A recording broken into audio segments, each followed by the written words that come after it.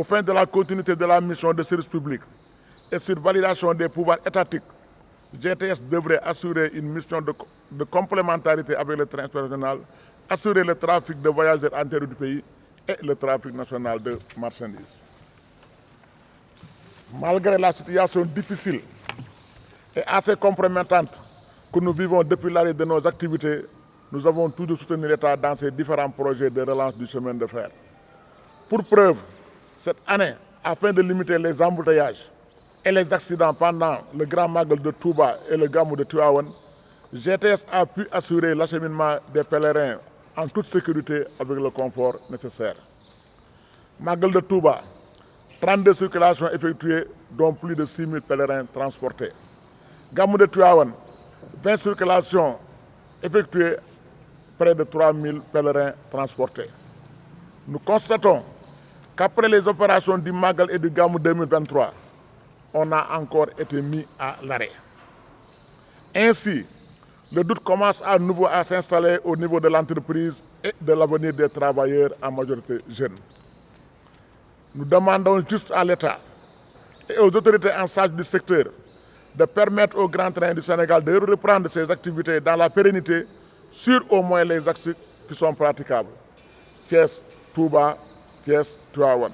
Vu que le matériel et les ressources humaines sont disponibles et que la demande sociale est là.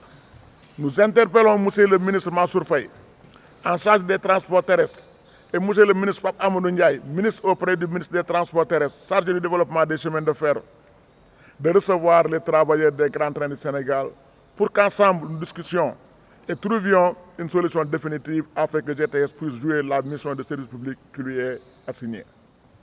Nous sommes convaincus qu'en attendant l'extension du TER aux autres zones du pays, GTS SA devrait pouvoir se poser en véritable alternative. Pour cela, nous rappelons que l'appui des autorités est plus que nécessaire, surtout l'acquisition de pièces de rechange à court terme, de matériel neuf, locomotives, voitures à moyen terme et le renforcement de capacité de l'ensemble du personnel, surtout le personnel technique. Nous n'acceptons plus cet arrêt qui ne se justifie nullement. Les travailleurs déplorent par ailleurs la situation actuelle de la boîte. Comme vous le savez, depuis presque un mois, le président de la République a relevé de ses fonctions l'ancien directeur général M. Samba Ndiaye. Depuis lors, son remplaçant n'a pas été désigné. Nous déplorons cette situation et demandons ainsi au chef de l'État de nous trouver au plus vite un nouveau directeur général. Sur ce chapitre, nous aurions souhaité que celui qui sera désigné puisse être un homme ou une femme qui maîtrise bien les chemins de fer de manière générale et GTS de manière particulière. Nous interpellons ici le compte d'administration des grands trains du Sénégal. L'autorisation du paiement des augmentations de salaire entrée en vigueur en 2020 et en 2023. D'arrêter de nous renvoyer à la reprise effective des activités pour procéder à ces augmentations. La validation de l'accord d'établissement issu des négociations entre le syndicat et la direction générale. Le syndicat compte prendre toutes les dispositions nécessaires pour l'application immédiate de ces augmentations de salaire.